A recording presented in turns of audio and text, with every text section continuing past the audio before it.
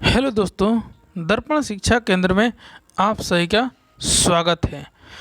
जैसा कि आप लोग जानते हैं कि बीपीएससी के माध्यम से बिहार में 7वें चरण की बहाली होने वाली है 2023 में। ठीक है, तो उसका हम लोग तैयारी लगातार करते आ रहे हैं, लगातार वीडियो आ रहा है। ठीक है, इसे देखना और सब्सक्राइब और लाइक करना ना भूलें। इतना तो मैं गारंटी देता हूं कि इससे बाहर क्वेश्चन जीके जीएस ईवीएस का नहीं होगा। यह बिहार के बारे में आपको डायरेक्ट दिखाया गया है कि जितने भी प्रीवियस क्वेश्चन है बीपीएससी के माध्यम में कौन कौन से वर्ष में आया है, वही क्वेश्चन को आपके सामने लाया गया है। ठीक है, तो आप देखें, समझें और उसके बाद कमेंट जरूर करें। पहला ही क्वेश्चन है और दिया भी गया है आपको, क्या है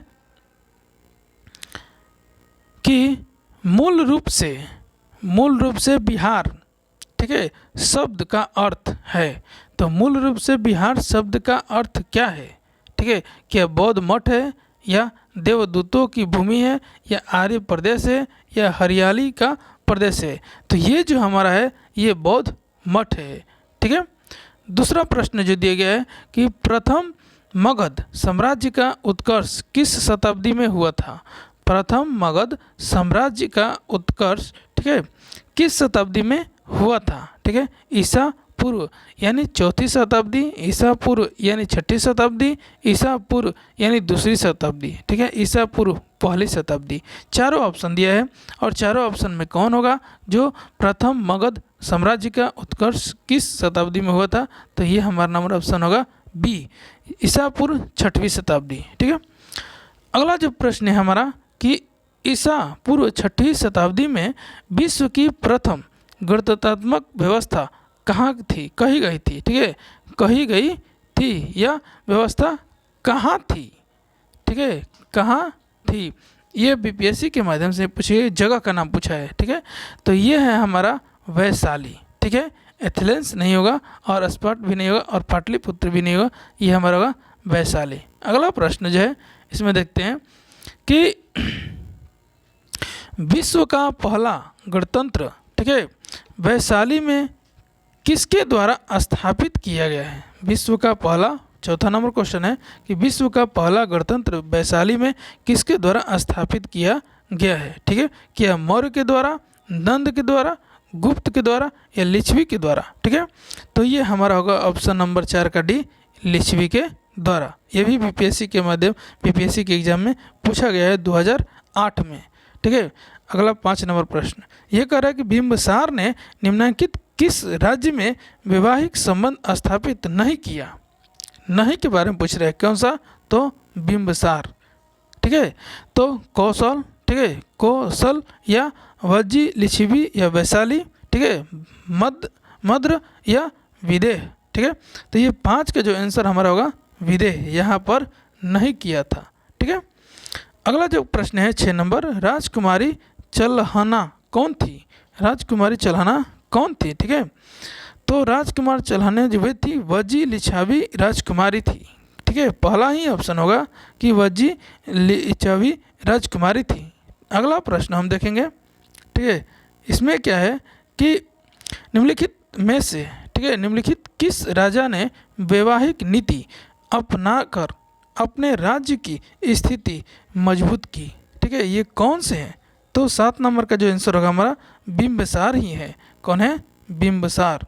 अगला जो प्रश्न है अजातशत्रु, 8 नंबर प्रश्न, अजातशत्रु के वंश का नाम क्या था? ये भी बीपीएससी 2011 में पूछा गया है कि अजातशत्रु के वंश का नाम क्या था? ठीक है, क्या मौर्य था, नंद था, हर्यक था, गुप्त है? ठीक है, कौन से?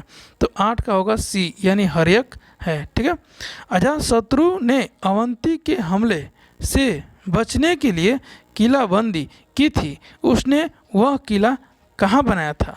उसने वह किला कहाँ बनाया था? 9 नंबर ऑप्शन है, तो पाटलिपुत्र में, वैशाली में, अंग में, या राजगृह में? तो वे बनाए थे राजगृह में। यह 9 नंबर का आंसर डी होगा। 10 नंबर प्रश्न है कि अजातशत्रु किस राज्य को पराजित नहीं कर सका? ये दिया गया है कि अजातशत्रु किस राज्य को पराजित नहीं कर सका? तो अवंती राज्य को पराजित नहीं कर सका। ठीक है, 10 नंबर का फर्स्ट आंसर होगा। आगे हम प्रश्न देखते हैं। अगला क्वेश्चन है कि मगध की प्रारंभिक प्रथम राजधानी कौन सी थी। कहाँ की? मगध की प्रारंभिक और राजधानी प्रथम कौन सी थी? 11 नंबर क्वेश्चन। तो ये गिरिवज यानी राजगिरी, ठीक है, ऑप्शन नंबर 11 का सी होगा। अगला क्वेश्चन कर रहा है डायरेक्ट देखिए बीपीएससी के माध्यम से यानी प्रीवियस बीपीएससी में क्वेश्चन ये लगातार पूछे गए हैं, उसी क्वेश्चन का आपको रिवीजन कराया जा रहा है या उसी क्वेश्चन को बताया जा रहा है, ठीक है। किस शासक द्वारा सर्वप्रथम पाटलिपुत्र का राजधानी के रूप में चयन किया गया? किस शासक द्वारा पाटलिपुत्र यानी किस शासक द्वारा सर्वप्रथम, ठीक है, पाटलिपुत्र का राजधानी के रूप में चयन किया गया? ठीक है, तो ये किया गया था उदय द्वारा। कहाँ पे? उदय द्वारा किया गया था। 12 का सी होगा। 13 नंबर कह रहा है कि पाटलिपुत्र के संस्थापक थे। पाटलिपुत्र के संस्थापक कौन थे? तो उदय ही थे। कौन थे? उदय ही थे, यानी 13 का भी पहला ही आंसर होगा। आगे चलते हैं। 14 नंबर क्वेश्चन है, तो ये कह रहा है कि उदयनी के बाद मगध साम्राज्य पर किस राजवंश का शासन स्थापित हुआ? उदयनी के बाद मगध साम्राज्य पर किस राजवंश का शासन स्थापित हुआ? यानी 14 नंबर प्रश्न का आंसर क्या होगा? तो ये होगा नंदवंश, गलत है। शुक वंश, ये भी गलत है। हाँ, शिशुनाग वंश होगा। 14 नंबर का ऑप्शन सी ऑप्शन होगा, ठीक है। 15 कह कि किस मगध साम्राज्य ने स्वयं को एक राट कहा है? एक राट कहा है? एक राट कहने वाला कौन है? तो 15 नंबर का ऑप्शन जो होगा हमारा, क्या बिंबिसार ने, अशोक ने, अजातशत्रु ने? नहीं, महापद्मानंद ने, यानी डी होगा। 15 का डी होगा, ठीक है।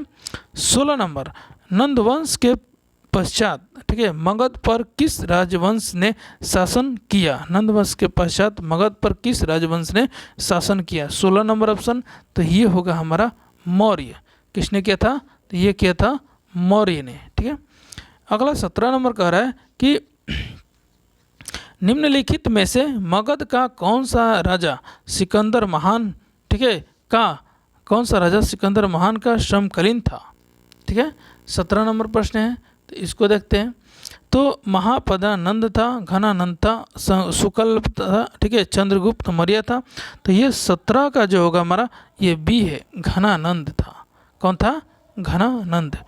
अगला जो प्रश्न है, मगध में मौर्य वंश के शासन की स्थापना किसने की थी?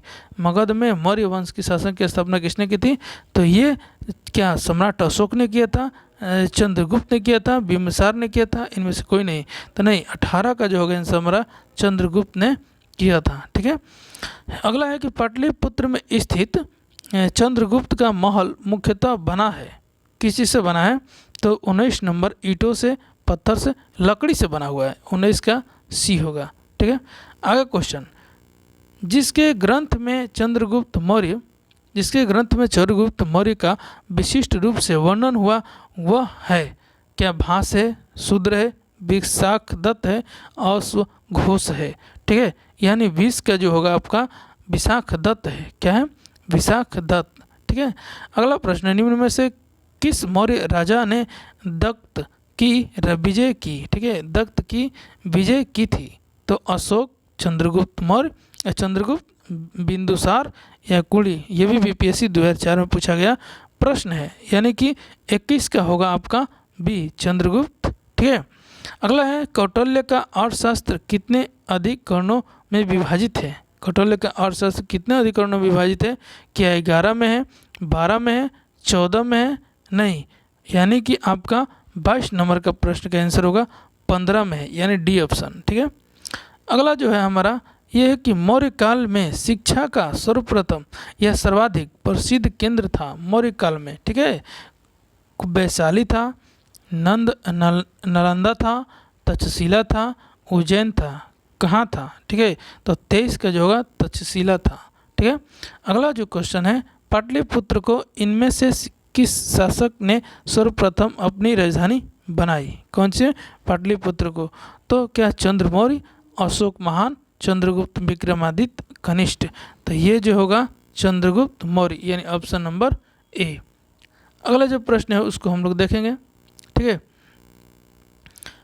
अगला प्रश्न है कि मेगास्थनीज की पुस्तक का नाम क्या है। ये बहुत इंपॉर्टेंट 25 नंबर प्रश्न है कि मेगास्थनीज की पुस्तक का नाम क्या है। क्या अर्थशास्त्र, ऋग्वेद, पुराण, इंडिका, ये कौन सा होगा? तो 25 का डी होगा, इंडिका। ये बीपीएससी में पूछा गया है और ये अगले बीपीएससी में आने की चांस 100% है। वह स्रोत जिसमें पाटलिपुत्र के प्रशासन का वर्णन उपलब्ध है वह क्या है? तो 26 का आपका जो होगा इंडिका है। क्या है? इंडिका है। सेंट्रोकोट्स दिया है से चंद्रगुप्त मौर्य की पहचान किसने की? तो 27 नंबर जो प्रश्न होगा यह होगा क्या विलियम जोन्स या DR भंडारकर या RK मुखर्जी या VS स्मिथ? तो हमारा ए नंबर होगा विलियम जोन्स। अगला जो प्रश्न है उसको देखेंगे कि अर्थशास्त्र के अनुसार सीता भूमिका का अभिप्राय है। अर्थशास्त्र के अनुसार सीता भूमिका का क्या अभिप्राय है? न ज्योति जाने वाली अनुपयोगी भूमि, या ब्राह्मणों के स्वामित्व वाली भूमि, या जनजाति द्वारा ज्योति जाने वाली भूमि, या वनीय भूमि।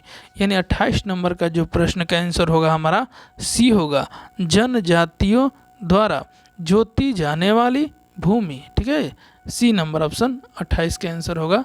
ठीक है, अगला, केवल वह स्तंभ जिसमें अशोक ने स्वयं को मगध का सम्राट बताया। केवल वह स्तंभ जिसमें अशोक ने स्वयं को मगध का सम्राट बताया वो कौन है? ठीक है, यह 29 नंबर का जो प्रश्न होगा क्या मस्की का लघु शिलालेख या